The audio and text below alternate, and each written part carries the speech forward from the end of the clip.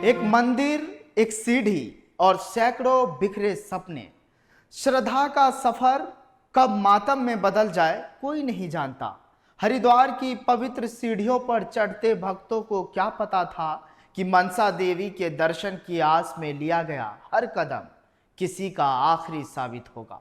उसी धरती पर रविवार की सुबह कुछ ऐसा मंजर देखने को मिला जिसने आस्था को भी थर्रा दिया। भीड़, अफरा तफरी और एक अफवाह ने ऐसी भगदड़ मचाई कि मां के द्वार पर पहुंचने से पहले ही 7 लोगों ने दुनिया को अलविदा कह दिया। कई जिंदगियां अब भी अस्पताल के बिस्तरों पर जिंदगी की जंग लड़ रही है। मंदिर की पावन घाटियों के बीच अब सिर्फ आहें गूंज रही है। हर कोई पूछ रहा है, आस्था की इस मौत का जिम्मेदार कौन है? भीड़ प्रबंध कहां था? प्रशासन क्यों सोता रहा? और क्या आने वाले पर्वों पर यही दोहराया जाएगा? पेश है एक रिपोर्ट।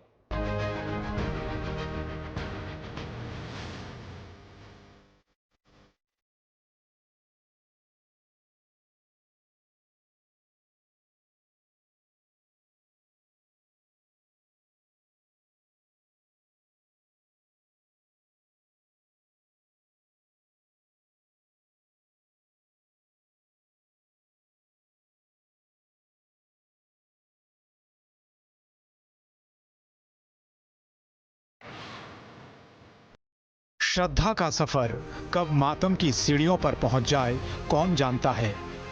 हरिद्वार की पवित्र भूमि, जहां हर कोई मोक्ष की कामना के लिए कदम रखता है, जहां मनसा देवी के दर्शन की आस लिए श्रद्धालु हजारों की तादाद में आते हैं, लेकिन इसी पवित्रता की जमीन पर रविवार को कुछ ऐसा हुआ जिसने सिर्फ जूते चप्पल ही नहीं, इंसानियत की रूह भी बिखेर दी। हरिद्वार की उन सीढ़ियों पर जहां हर सुबह शुभ की कामना होती है, इस बार अशुभ की चुप्पी बिछी मिली। सीढ़ियों पर बिखरी चप्पलें, चूड़ियों के टुकड़े, बच्चों के खिलौने, खून से सने कपड़े, मंदिर परिसर में टूटा प्रसाद। सिर्फ एक अफवाह थी कि मंदिर की सीढ़ियों पर करंट फैल गया है। बस इतनी सी बात थी और भगदड़ मच गई। जो आए थे पूजा करने, उनका सामना हो गया मौत से। मनसा देवी की सीढ़ियां इस बार मोक्ष नहीं, मातम की ओर ले गईं। यह हादसा मंदिर से 25 सीढ़ियां पहले हुआ। सामान बिखरा पड़ा है, चप्पलें तितर बितर हैं। कहीं कोई अपने परिजन की तलाश कर रहा है तो किसी की आंखों में सिर्फ गम है। कोई बेबस है, कोई लाचार है और कोई बस रोए जा रहा है। पल भर में जयकारे चीखों में बदल गए। धक्का मुक्की हुई, भगदड़ मची और फिर 8 श्रद्धालु हमेशा के लिए खामोश हो गए। हर सीढ़ी पर मातम है। हर झूला, हर चप्पल, हर फूल अब कहानी कह रहा है। एक अधूरी यात्रा की, एक रुक गए सफर की। सीएम पुष्कर सिंह धामी मौके पर पहुंचे। 2-2 लाख के मुआवजे राशि की घोषणा हुई, मगर सवाल अब भी वही है, क्या अफवाह से इतनी बड़ी मौत हो सकती है?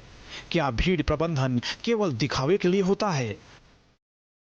और क्या आने वाले पर्वों में फिर कोई सीढ़ी किसी की आखिरी साबित होगी?